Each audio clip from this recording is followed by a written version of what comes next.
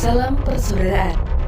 Menanggapi adanya berita, Mahkamah Agung tolak peninjauan kembali kedua Raden Murdjoko atas badan hukum PSHT yang dilakukan oleh orang yang mengaku-ngaku sebagai pengurus persaudaraan Setia-Hati Trate yang sah di media massa dan media sosial.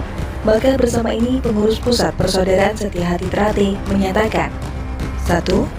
Bahwa bila mana ada pihak-pihak yang menyatakan bahwa mereka sebagai pengurus persaudaraan Setia-Hati Trate yang sah berdasarkan keputusan PK kedua, maka kami sampaikan bahwa perkara nomor 237 PK/TUN/2022 adalah perkara tentang badan hukum dan bukan sengketa kepengurusan. Karena kepengurusan persaudaraan Setia-Hati Trate secara fakta atau de facto adalah Kang Mas Raden Murdjoko sebagai Ketua Umum, Kang Mas Tono Suharyanto sebagai Sekretaris Umum, dan Kang Mas Isubiantoro sebagai Ketua Dewan Pusat. 2. Bahwa oleh karena itu putusan nomor 237 PK/TUN/2022 tidak akan menyebutkan sah atau tidaknya kepengurusan persaudaraan Setia-Hati Trate. 3. Bahwa sebagaimana diketahui, persaudaraan Setia-Hati Trate yang lahir dengan nama Pencak Sport Club pada tahun 1922 adalah organisasi yang tidak berbadan hukum, yang keberadaannya pun dijamin pemerintah melalui Undang-Undang Nomor 17 Tahun 2013 tentang Organisasi Kemasyarakatan Pasal 10 yang berbunyi, Ormas sebagaimana dimaksud dalam Pasal 9 dapat berbentuk badan hukum atau tidak berbadan hukum. 4. Bahwa di dalam Parapatan Luhur atau Musyawarah Nasional Persaudaraan Setia-Hati Trate tahun 2016 dengan alasan tertentu terpilih Dr. Insinyur Muhammad Taufik SHMSI sebagai Ketua Umum PSHT meski hanya didukung 8 suara mengalahkan Raden Murdjoko yang didukung dan diberikan amanah oleh 108 suara cabang. 5. Dalam tahun pertama kepengurusan terjadi banyak hal penzaliman kepada cabang-cabang, bahkan pemecatan kepengurusan cabang tanpa prosedur yang jelas-jelas merusak dan meniadakan marwah persaudaraan yang ada. Hal ini kemudian memaksa cabang-cabang meminta pertanggungjawaban Dr. Insinyur Muhammad Taufik SHMSI dalam Rakornas PSHT 2017 yang karena ketidakhadiran beliau, sementara di sisi lain harus ada upaya penyelamatan marwah persaudaraan di PSHT. Maka, peserta Rakornas selalu meminta Majelis Luhur atau sekarang disebut dengan Dewan Pusat memberikan restu peningkatan status Rakornas menjadi Parapatan Luhur. 6. Bahwa dalam Rakornas atau Parapatan Luhur 2017 yang diikuti oleh mayoritas cabang peserta Parapatan Luhur 2016 yang kehadiran dan keikutsertaannya sudah jauh melebihi quorum sebagaimana dipersyaratkan dalam AD/ART 2016 dan sudah pula disetujui Majelis Luhur yang bersifat kolektif kolegial. Secara aklamasi, kemudian terpilih Raden Murdjoko sebagai Ketua Umum dan Tono Suharyanto sebagai Sekretaris Umum untuk menjaga marwah persaudaraan yang ada. 7.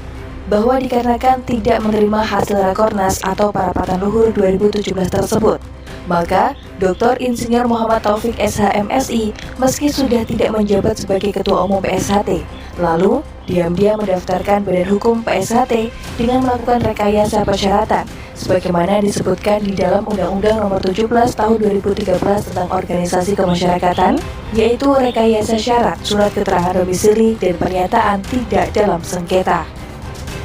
8.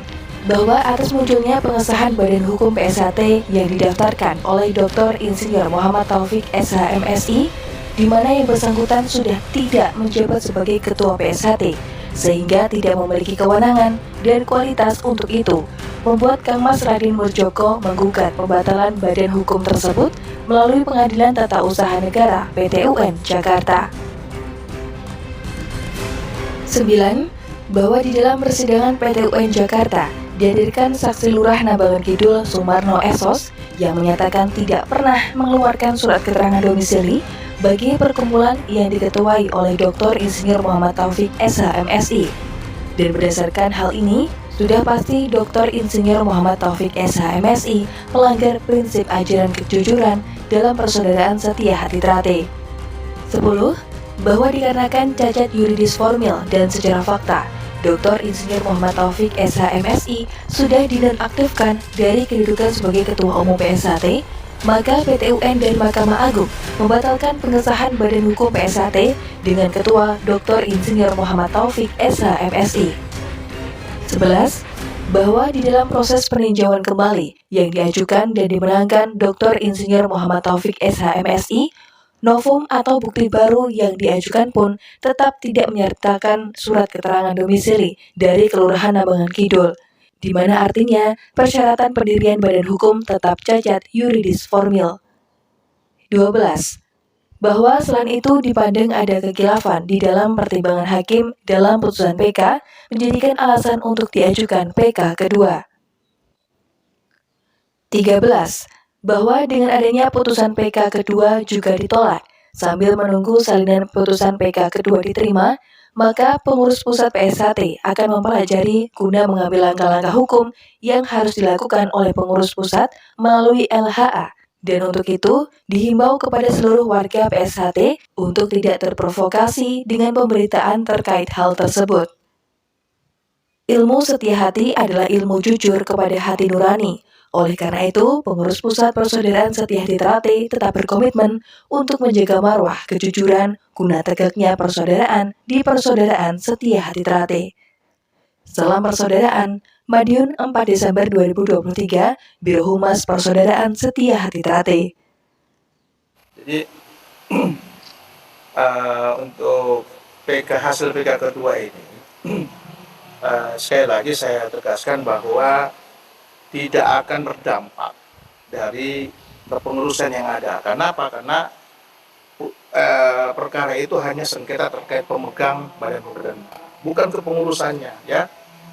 Nah, di dalam PK, kenapa kita PK 2? Karena di dalam PK 1 kita diterima PK-nya sana. Alasan kita mengajukan PK kedua karena ada bertentangan putusan tersebut, bertentangan dengan putusan pengadilan yang lain. Nah, di dalam pertimbangan hukumnya hanya itu saja untuk mengabulkan PK satunya. Makanya kita PK kedua.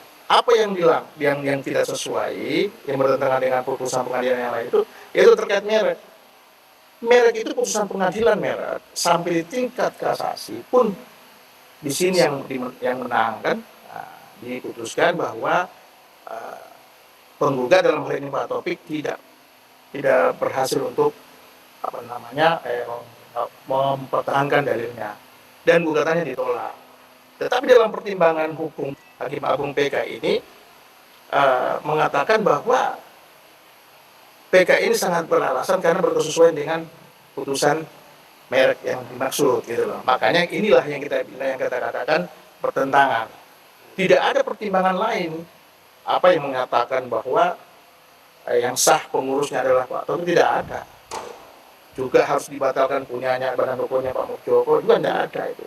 Jadi tidak sesuai dengan apa yang disampaikan oleh pihak sebelah, baik itu beredar di medsos dan di YouTube, ya, di YouTube dan di mana itu di TikTok, ya. Jadi tidak sesuai, suruh mengosongkan padepokannya. Ya, ambil langkah-langkah hukumnya kalau kalian ingin mengosongkan, dan kalian di pihak sebelah itu merasa yang paling sah, silakan ambil langkah-langkah hukum, buktikan kalau kalian yang sah, gitu. Tapi secara fakta sampai dari pusat sampai ke tingkat ranting seluruh Indonesia, bahkan raya seluruh Indonesia ini, bahkan di luar negeri masih kita yang masih ketua umum Mas Mukyoko, ya. Dan pasca putusan ini tentunya nanti sudah disampaikan juga, kita sudah sampaikan bahwa pasti LHA akan mengambil langkah-langkah hukum lainnya, ya. Tadi Mas Mariono sudah memberikan sinyal sedikit, baik itu langkah hukum perdata maupun pidana, kan. Ini yang harus kita bongkar. Bagaimana cara perolehannya badan hukum tersebut? Tentu kami melihat ada pelanggarannya di situ. Saya kasih bocoran sedikit, 266 ada, 264 ada, 263 juga ada. Jadi 26 ini terkait ada otentik. Ya, apa itu? Sudah disyaratkan di dalam Undang-Undang Ormas maupun Peraturan Menteri Hukum dan HAM. Persyaratan untuk memperoleh badan hukum ini domisili. Salah satunya yang sangat fundamental adalah keterangan domisili dan surat pernyataan tidak dalam sengketa. Faktanya pada saat Pak Taufik memperoleh badan hukum tersebut tahun 2019, itu lagi bersengketa. Pak Taufik lagi digugat oleh beberapa cabang. 9 cabang. Kedua, mengenai keterangan domisili itu tidak terpenuhi. Kenapa? Di dalam ada putusan pengadilan tata usaha negara Jakarta, muncul di dalam bukti itu surat pernyataan surat keterangan dari notaris yang terkait mengatakan keterangan domisili itu tidak diperlukan gitu loh. Itu ada di dalam putusan itu. Ya, ini yang menjadi bahan perkajian dari tim LHA di bawah komando Pak Mas Mariono ya. Tadi pagi kita sudah menganalisa, mendiskusikan, membedah sedikit putusan tersebut. Ada kita temukan sedikit, ada kita temukan bahwa ada perbuatan melawan hukum baik itu perdata maupun pidana. Ya. Jadi setelah partitnya ada. Ya dari B1 tentunya kami dari LHA menyampaikan bahwa itu tidak berdampak apa-apa, tetap eksis, tadi sudah disarankan oleh Mas Is selaku Ketua Dewan Pembina dan Mas Mu selaku Ketua Umum bahwa tetap seluruh cabang sampai ke tingkat itu melaksanakan kewajibannya sebagaimana diamanatkan dalam Anggaran Dasar.